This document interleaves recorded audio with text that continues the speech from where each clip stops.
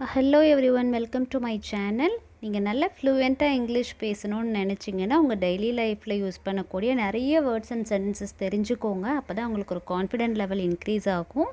Let's get started. First one, enough talking time for bed அப்படின்னா பேசினது போதும், தூங்குறதுக்கான நேரம், அது படுக்க போகிறதுக்கான நேரம் அப்படின்னு சொல்கிறதுக்கு தான் இந்த sentence. Enough talking time for bed, பேசினது போதும், படுக்கைக்கான நேரம் இது. What happen with you two அப்படின்னா அவங்க ரெண்டு பேருக்குள்ளே என்ன தான் நடந்தது அப்படின்னு கேட்போம்ல, அது வந்து what happen with you two அப்படின்னு கேட்கலாம். அவங்க ரெண்டு பேருக்குள்ளே என்ன தான் நடந்தது. சாமி மேலே சத்தியமா இல்லைன்னா கடவுள் மேலே ஆணையா அப்படின்னு சொல்லணும் அப்படின்னா ஐ ஸ்வேர் டு காட் அப்படின்னு சொல்லலாம். ஐ ஸ்வேர் டு காட் அப்படின்னா கடவுள் மேலே ஆணை இல்லை சாமி மேலே சத்தியம் அப்படின்னு மீனிங். இதே நான் உன் மேலே சத்தியமா அப்படின்னு சொல்லணுன்னா ஐ ஸ்வேர் டு யூ அப்படின்னு சொல்லலாம். எனக்கு இன்னும் தெரியாது இல்லைனா எனக்கு இது வரைக்கும் அது தெரியாது அப்படின்னு சொல்கிறதுக்கு ஐ டோன்ட் நோ எட். எனக்கு இன்னுமே அது வந்து தெரியாது அப்படின்னு சொல்கிறதுக்கு I don't know it. Time went so fast, time வந்து ரொம்ப வேகமாக போயிடுச்சு அப்படின்னு சொல்லுவோம்ல, நம்ம நேரம் ரொம்ப சீக்கிரமாக போயிடுச்சு, வேகமாக போயிடுச்சு அப்படின்னு சொல்கிறதுக்கு டைம் வென்ட் ஸோ ஃபாஸ்ட், நேரம் ரொம்ப வேகமாக போயிடுச்சு. இப்போது சின்ன பசங்கள்லாம் பார்த்திங்கன்னா ஸ்பூன் அப்படி நக்கி சாப்பிடுவாங்க. ஸோ அந்த ஸ்பூனை நக்காத அப்படின்னு சொல்கிறதுக்கு டோன்ட் லீக் தி ஸ்பூன் அப்படின்னு சொல்லலாம். அந்த ஸ்பூனை நக்காத, அது முடிஞ்சிச்சுன்னு நினச்சிக்கோ அப்படின்னு சொல்லுவோம்ல. இப்போ என்கிட்ட நீ இந்த வேலையை கொடுத்துட்டல, நீ இதை முடிஞ்சிருச்சுன்னு நினச்சிக்கோ அப்படின்னு சொல்கிறதுக்கு கன்சிடர் திஸ் ஆஸ் டன், இது முடிஞ்சிருச்சுன்னு நினச்சிக்கோ. என்னோடய பல்லில் ஏதோ மாட்டிக்கிச்சு சிக்கிக்குச்சு அப்படின்னு சொல்லுவோம்ல, அதுக்கு வந்து something stuck in my teeth, என்னோடய பல்லில் ஏதோ மாட்டிக்கிச்சு, something stuck in my teeth.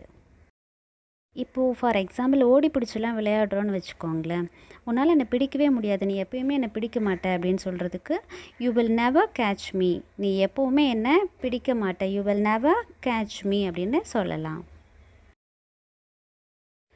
என்ன இப்படி உனக்கு வேர்த்து ஊற்றி இருக்குது, நீ ரொம்ப வேர்த்துருக்குற, வியர்வையாக இருக்கிற அப்படின்னு சொல்லுவோம்ல, ரொம்ப வேர்த்து ஊற்றி இருக்குது உனக்கு அப்படின்னு சொல்கிறதுக்கு யூ ஆர் ஸ்வெட்டிங் ப்ரொஃப்யூஸ்லி, உனக்கு ரொம்ப வேர்த்துருக்கு அப்படின்னு சொல்கிறதுக்கு யூ ஆர் ஸ்வெட்டிங் ப்ரொஃப்யூஸ்லி அப்படின்னு சொல்லலாம்.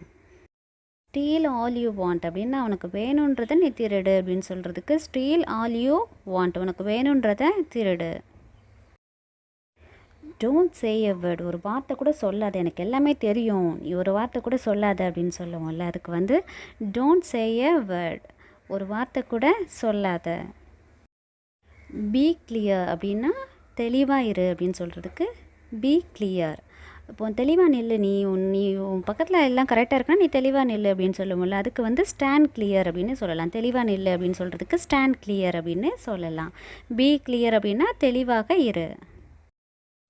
இப்போது அவங்க வந்து என்னை தப்பாக புரிஞ்சுக்கிட்டாங்க, அவன் என்னை தப்பாக புரிஞ்சுக்கிட்டான் அப்படின்னு சொல்கிறதுக்கு ஹீ மிஸ் அண்டர்ஸ்டூட் மீ, அவன் என்னை தப்பாக புரிஞ்சுக்கிட்டான் அப்படின்னு சொல்கிறதுக்கு ஹீ மிஸ் அண்டர்ஸ்டூட் மீ. இப்போது ஒரு பார்க்கு எங்கேயாவது கூட்டிகிட்டு போகிறோம் குழந்தைங்கள அப்படின்னா ப்ளே ஃபேர், நல்லா விளையாடு அப்படின்னு சொல்கிறதுக்கு ப்ளே ஃபேர் அப்படின்னு சொல்லலாம். Thank you so much for watching. If you are new here, please subscribe, like, share. If this video helped you to learn somewhat about English, give a thumbs up. நான் உங்கள் மகம் கனா சகோதரி.